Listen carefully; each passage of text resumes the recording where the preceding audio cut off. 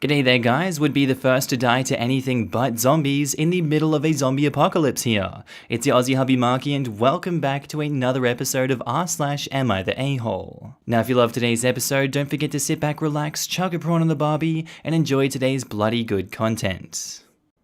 Posted by user CompleteTrade615, titled, Am I the A-hole for telling my granddaughter to stop being surly and rude? So my 21-year-old granddaughter had her wisdom teeth removed yesterday. For reasons unknown to me, she chose to have a general anesthetic despite being offered local only. Since she had general and her mum was unable to stay home with her during the day, I took her home to spend the night with me.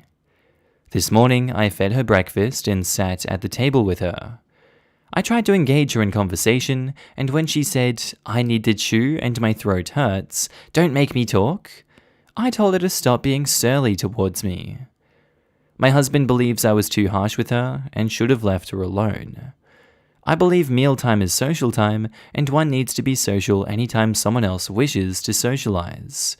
She barely ate half of her food after 45 minutes of taking small bites anyway, so she didn't do much chewing.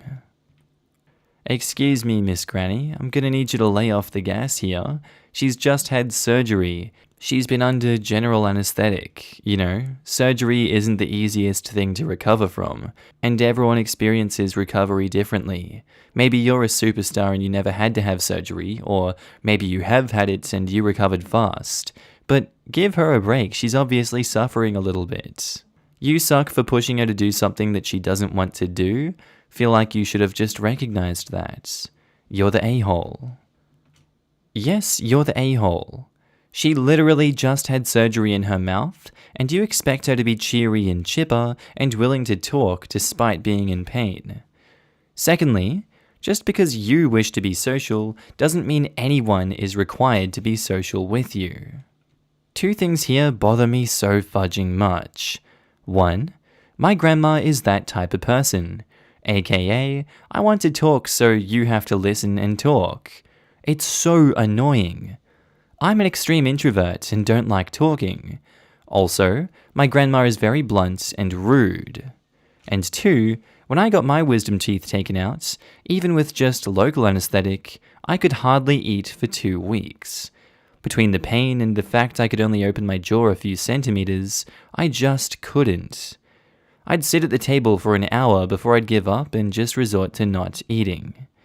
Dude, she had a surgery in her mouth. Leave the girl alone. You're the one being rude here, not her. Just because you want to socialize doesn't mean whoever you pick as your victim has to deal with it. You're the a-hole. You're the a-hole. Getting your wisdom teeth removed can be extremely painful. They had to chisel one of my sister's teeth out of her jaw. She was definitely not chatting over breakfast the next day, and we as reasonable humans had no problem with that. Also, no one has to be social every time someone else wants to socialize. That's not a reasonable expectation. Posted by user TwinThrowaway19, titled, Am I the a-hole for not wanting to share my birthday with my dead twin anymore? My 19th birthday is this Friday, and I told my mum and dad I don't want to do anything if we're gonna have the birthday for my twin too. I was an identical twin, and me and my sister were born early, and she died a few hours after we were born. Every single birthday since I was little has also been a birthday for her. We go to her grave and put flowers on it, and every gift has always had both her and my name on it. Mum gets really sad and always cries for a long time, and I've always felt overshadowed on my birthday. The grave visit and flowers all have always been mandatory, and I was never allowed to just have friends over or have a party until after we did it. I want to go to dinner with my boyfriend for my birthday at his house, and then I'm gonna watch movies with my friends. Mum is upset I'm not making the hour-long drive Friday to do the grave ritual, and is really sad. And my dad is making me feel guilty, since I'm their only living daughter and stuff. I told my mum I don't want to share my birthday with a sister I never even knew, and I'm done with sharing with a ghost since this has been my entire life. My parents are really upset, and now I feel really bad, and maybe I should just suck it up, but I am just so sick of it. Yeah, I'm gonna go with not the a-hole for this one. This grieving has gone on too long, and it's starting to affect you and bleed out way too much into your life, impede your social life, and is just a general nuisance, I would say. Like, we have to let go of the past. We do eventually have to give space to those who are still living and let them live their own lives. It feels like they still haven't gotten over this baby. That's fine, but they shouldn't be imposing that on you at all. I don't blame you for wanting to get out of that house and not doing that ritual again. Not the a-hole. Edit. Okay, so I didn't expect this much attention, so I'll try to answer some questions I've gotten a lot of. First of all, I don't live at home, I live on campus, which is an hour away from my hometown. Second, I don't care if my parents go. They can do whatever they want, just without me. I've hated going to the cemetery since I was like 13 and realized how weird it was, but my parents were very my house, my rules about going.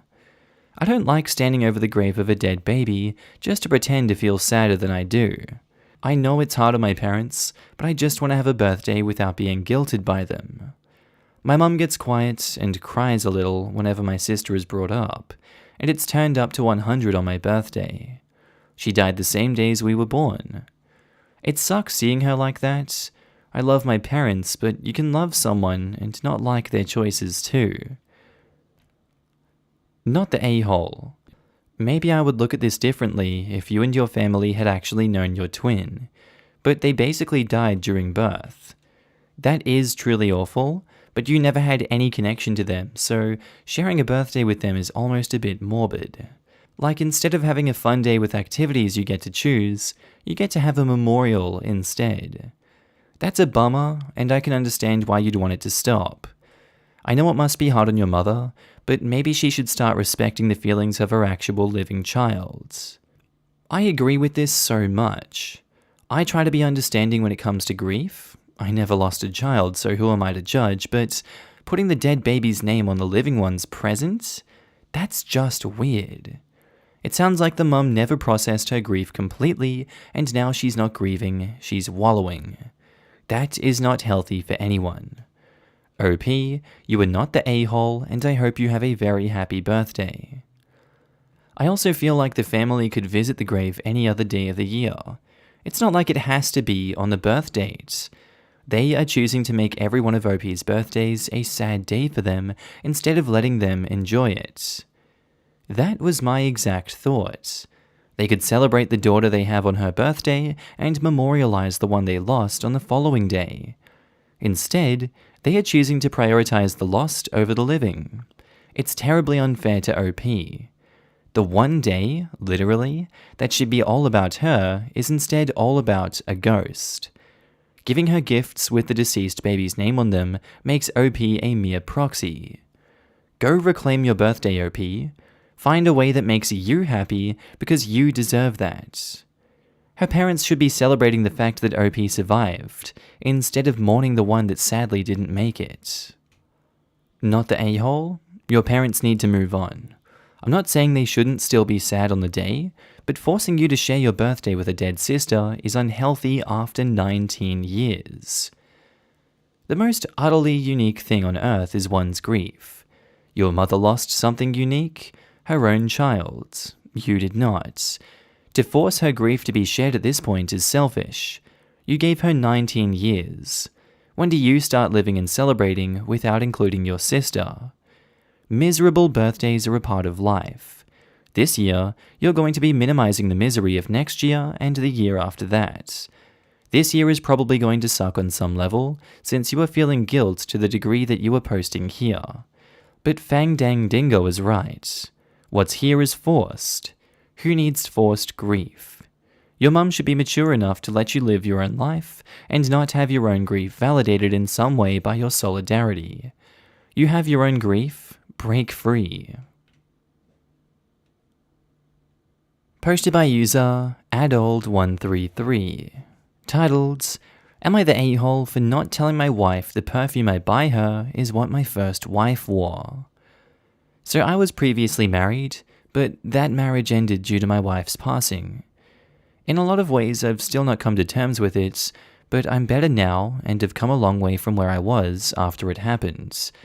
I try to keep her memory alive with the little things that remind me of her, and one of the things I've done since she passed away was always keeping some of her brand of perfume around so I could keep that scent or her scent present. I'm sure that seems kind of creepy, but it's not uncommon among other widowers that I know. At some point, I bought it for my current wife as a gift and asked her to wear it. I didn't tell her when I gave it to her that it was the same type my first wife wore, but my first wife's friends and families noticed and I asked them not to say anything. They didn't, but told me they felt that this was not healthy. I disagreed because I wasn't forcing her to wear it, and it was the only thing like this I did. I never asked her to change hairstyles, hair colors, or the way she dressed, so it's not like I was trying to recreate my first wife. It wouldn't have worked even if I wanted to do that, because they don't look alike, which I think proves that what I'm doing isn't unhealthy. We've now been married for over a decade, and my former sister-in-law finally told my wife about the perfume. She thinks that I need to move on and stop living so much in the past, and believes that my first wife wouldn't want me hiding something like this from my wife, or holding on to her in some of the ways that I am. I don't get her concerns. She acts like I'm a crazy person, but this is the only thing like this I've ever done. Ever. I feel like she's making this into a big issue when it's not. My wife was very upset that I never told her about the perfume being my first wife's favorite, and it has caused some other issues. For one, she now wonders if some of the times I was really attracted to her, it was just the perfume and me imagining my first wife. I've tried reassuring her, but she won't listen to what I say. She thinks I'm the a-hole for what I did, and my wife's family have all said as much in private over the years because of this secret. I don't think what I did was that bad.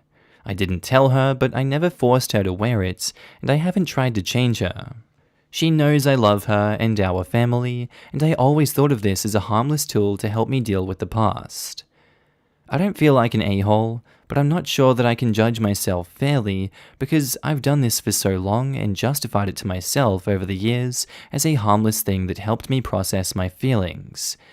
Everyone seems to think I am wrong, so I don't know anymore. Maybe I was always the a-hole and didn't know it. Another one to do with grief and dealing with grief. Seems like an unhealthy habit, and I would be creeped out if I was in the wife's shoes too. It kind of feels like a memento, a throwback to the dead wife that she wasn't in on, and it seems somewhat to me perverted that he's done this.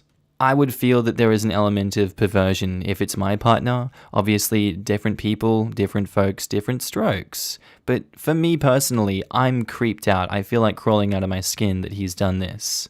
It's definitely a lie by omission, and he definitely should have filled his wife in. I feel like OP is in the wrong for this situation, and I hope they can fix it. But this is one of those trust breakers, I feel. You're the a-hole. You're the a-hole? You kept this from your wife for a reason. You knew it was wrong when you did it. This. Yes, you're the a-hole. OP, imagine your current wife had an ex-husband who was her first love, but they had to separate on good terms.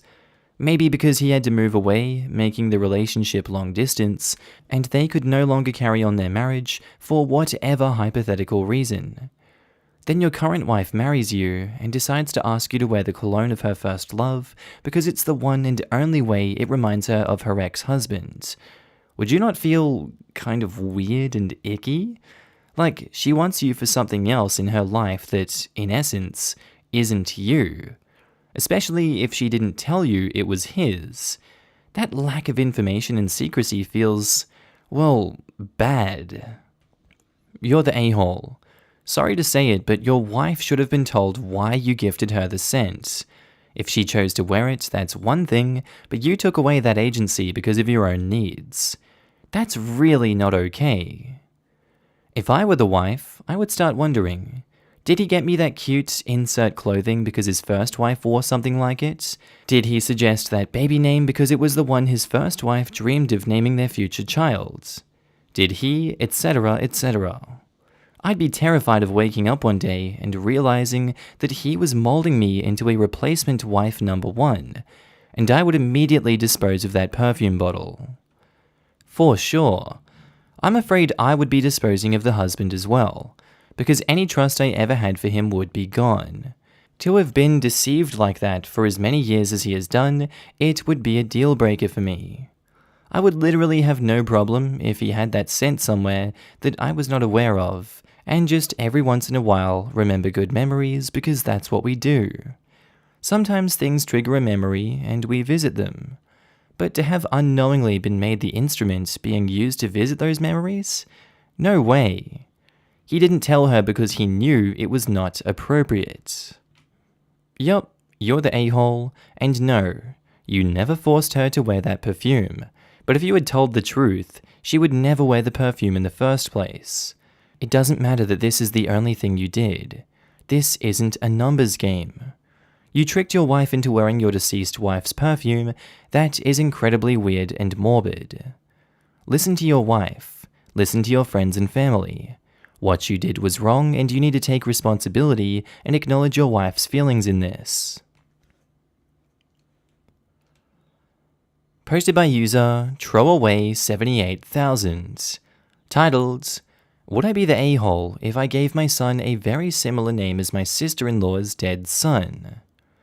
I'm 25 female and about to have my first baby with my partner. It's a boy.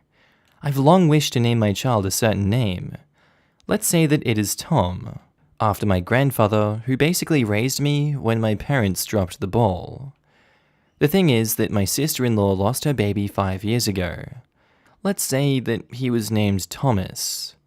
Thomas died in his sleep when he was 4 months old, and the whole family was devastated.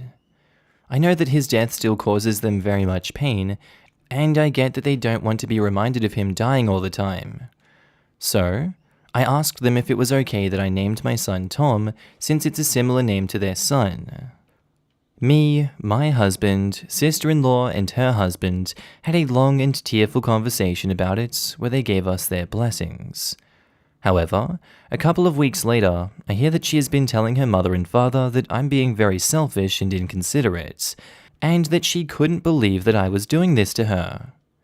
When I confronted her with this, she told me that of course no one would be okay with such a thing, and that she hopes I lose my child and see how that feels. And let's just say that it escalated to a lot of screaming from the both of us. I'm considering just sticking to the name because the whole thing has left me exhausted, and it's not the first time she's done something like this. But then again, she is a grieving woman, and this is a difficult matter. So Reddit, would I be the a-hole? Should I just pick a different name?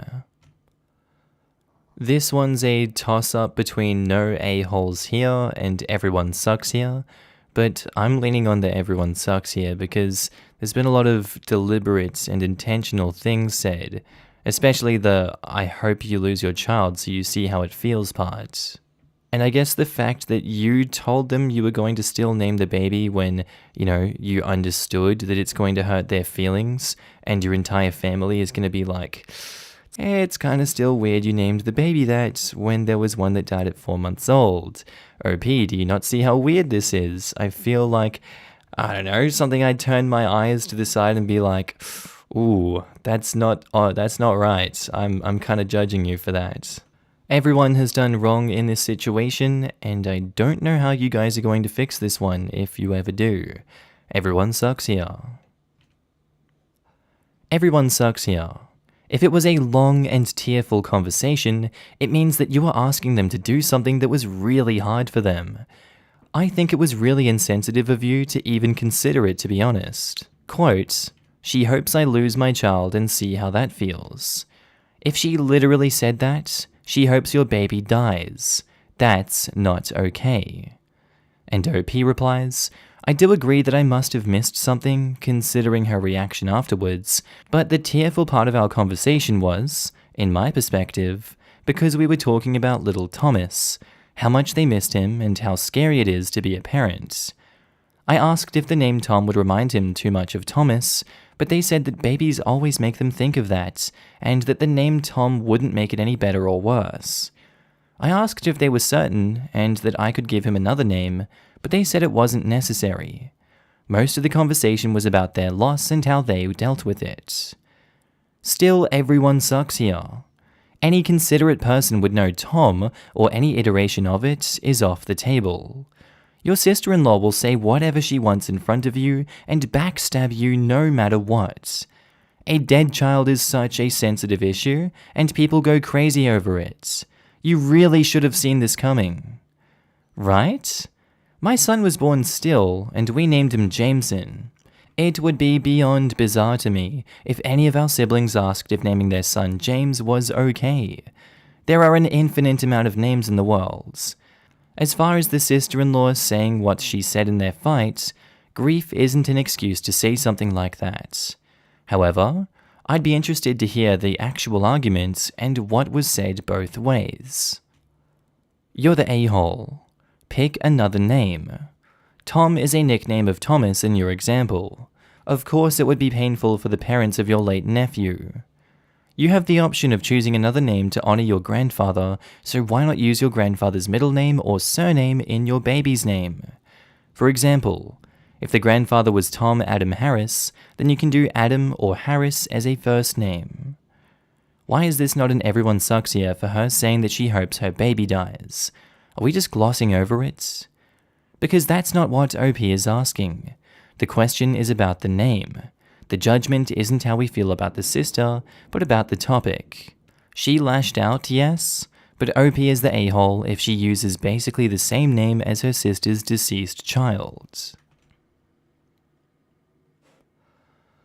Posted by user coworker throwaway 999, titled, "Am I the a-hole for telling my husband he is either married to me or his coworker?" So, my 37 female husband, 40 male, has been working at his company for 10 years as a maintenance supervisor. About a year ago, they hired Tabitha to work their accounting department. Since the day she first started working there, she has had an infatuation with my husband that is now becoming unprofessional and inappropriate. This started when the heat went out in our office. My husband's job as supervisor is to assign tasks to his employees. However, she is never satisfied with the work they do, even though he says that they do great work. So she demands that he works on her office. She constantly calls him on his work phone for mundane things. Carpet is loose in a corner, loose screw on her coat hook, and he goes and fixes them without issue. Last year, when we went to the company Christmas party, pre-plague times, she was very flirty with him, constantly grabbed his hand. When he introduced us, she just grinned at me and said, "Look, there's Peter," and grabbed his hand and walked away. When we sat at the table, she damn near pushed me out of my seat to sit next to him, and my husband told her to get up and that it was my seat. She walked off in a huff, and when she saw me in the restroom, she shoved past me. I told my husband what happened, and he said that it was fine, that she was harmless. I told him that she was not fine, and that she clearly had feelings for him, and she was acting like a jealous girlfriend. The past few weeks, this has ramped up to an astonishing level of inappropriate. She recently moved into a new house, and my husband and some other guys from work helped her move and put things together. He gave her his personal cell phone number, and she has been calling and texting non-stop about things she needs help with. Multiple times a day, at all hours of the day and night, she will call and text him for help. Last night at 2 a.m., she called about her heat not working right. My husband said that he would go over and look after it after work. I broke down. I told him he was not going, that she could call a technician like everyone else, and that he is not her personal maintenance man. I told him very clearly that she has feelings for him, and he is so dense he can't see it. I told him that while it's nice to help on occasion, she calls him all the time asking for help with things that she can do on her own, like move boxes and furniture, or pay to have a repair person come and fix. I told him that once he gave out his personal phone number, that he crossed a line, and I'm not comfortable with it. He said that this will most likely be an easy fix and it won't take long. So I cried and told him that he can either be married to me or married to her, but I wasn't going to be a third wheel in my own marriage. He says he does not have feelings for her and that I am overreacting to him just wanting to help a friend. I feel otherwise. Am I the a-hole? If I were you, I'd be just as paranoid in a situation like this. It kinda does feel like, if not physically, he's emotionally cheating on you with this woman, and dedicating so much time to helping her out, it does seem inappropriate. I can't blame you for what you've said in this post. I feel like a lot of people would have felt the same way, so I'm gonna go with not the a-hole. Not the a-hole. He might be blind to the crush, but doubtful. But you're telling him how aggressively she is treating you, and he doesn't seem to care. Trust your gut here, OP. I don't think you're on the wrong track with what you're suspecting. It always requires a second look when a woman is acting or characterized as crazy. 1. Either she is straight up insane. 2. She is also confused, just as OP is. For instance, if you were told by a man that he was leaving his wife for you, and then he dismissed you when she came to the Christmas party. Or, if you talk on the phone constantly, not knowing that he tells his wife he's doing maintenance work for you. Info. OP, have you seen his texts, and are they definitely about maintenance? Option 1 could be the case, but consider looking into it. Snoop, work out if he is deleting messages. One pretty direct way if things are still murky is to talk to this woman yourself. If you're both being lied to, it'll be obvious. You are not the a-hole.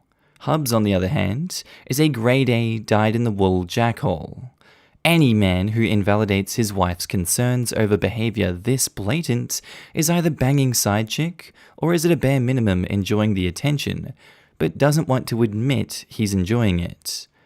Either way, you're in the right here, and if he doesn't willingly shove this woman off, you will have some decision-making to do. Or he is 100% enjoying it, no doubt. No one can be that blind. OP is definitely not the a-hole. Posted by user Phototivity. Titled, Am I the a-hole for telling a woman I don't care she has breast cancer? Some background. I work in a very tiny chain retail that sells bras and underwear. We barely have business. Maybe 2 to 4 customers every hour, so we try to help people as much as possible since we're able to. This story happened literally 20 minutes ago. Lady walks in, I'll call her CL for Crazy Lady for short, and immediately comes up to me as my manager is on break, and says, I need help now, Crazy Lady says. Absolutely, I say back. What are you looking for? I have breast cancer, and I'm starting radiation soon, so I need a comfortable, supportive bra to wear that won't irritate me. I walk her over to the bras that I show every woman in the same situation. She hates those. I show her another section. She hates those. I try to ask what in particular she hates about each bra, and she doesn't have an answer, and insists I show her more. So, I continue to point out different bras, offering various reasons why that one would work. Eventually she goes, This is fudging ridiculous. You clearly don't know your crap. Bring your other coworker out because you obviously don't know crap. No wonder you work retail.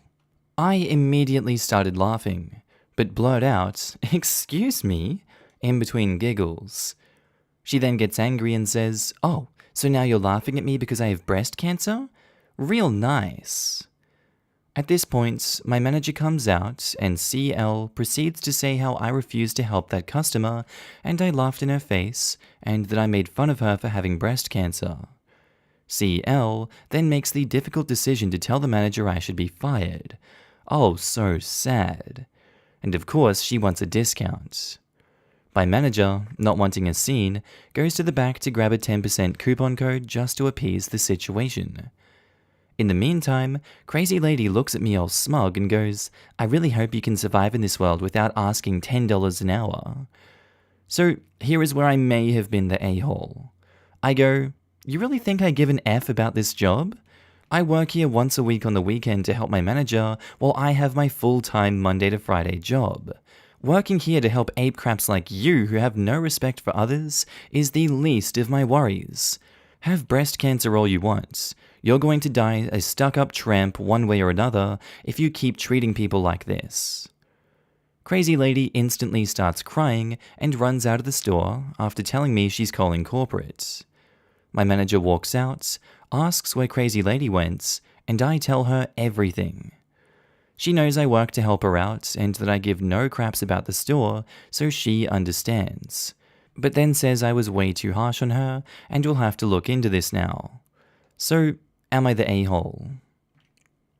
I guess you're a little bit of an a-hole in some regards that you're not supposed to be doing that to people in retail.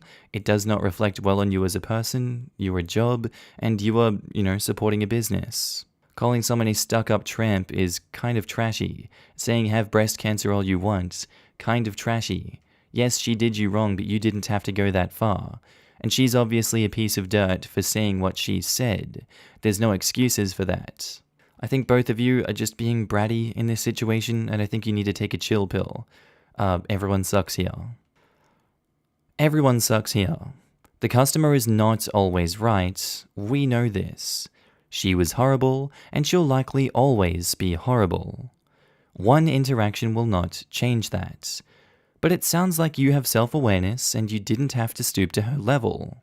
Edit to add, while it feels good in the moment to put people in their place when they deserve it as much as this crazy lady does, it can do more harm than good to the wrong people. That type of person will likely call corporates, and when she shares how horrible she was treated because she has cancer, that's what she'll say, likely with Waterworks. It will blow back on your manager. The crazy lady will likely get a larger discount and feel vindicated, not bad for her behavior. Something like, I've helped multiple people with breast cancer, maternity, and other types of bras. Since you have no idea what to get, maybe take my advice since I've done this before, would have been a lot better than, you're gonna die a stuck-up tramp, especially since most people associate cancer with death. Everyone sucks here. I work at a small retail store, and we have an employee or two, or all of them, who are working there more or less to just help out. Every day, we deal with crazy lady customers. It's unfortunately part of the job. We had one crazy lady last month who was unreasonably unhappy with their services, and got her friends to help her leave 20 negative reviews that are still up after weeks. Our rating tanked from 4.9 to 3.8 overnight. It's terribly, terribly not worth it to treat a disrespectful customer with anything but respect, especially if you were doing it to help the store. If I was the manager, I would ask you to reconsider if you want to continue helping. Alright, I think that's where I'm going to end today's video, guys. I do hope you enjoyed it. As always, I want to do a huge shout out to all my channel members and Patreon subscribers. You should be up on the screen now. I love you all, and I think every single one of you are amazing for supporting the channel in the way that you do. Again, thank you so much for supporting me. And again, if you did enjoy today's video, please do tell me what you thought of it down in the comments below. All of your hot takes, opinions, whatever you think, really, whatever's going on in your life right now, I'd love to hear down in the comments below. Before I leave, I'd also like to announce that I'm going to start doing meme content again on the second channel. I know it's been a while, so click on the Markee head on the screen without the Australian flag behind him if you want to go see some memes. And as always, guys, have a good day, night, sleep, whatever you're up to, and I'll see you in the next one. Bye.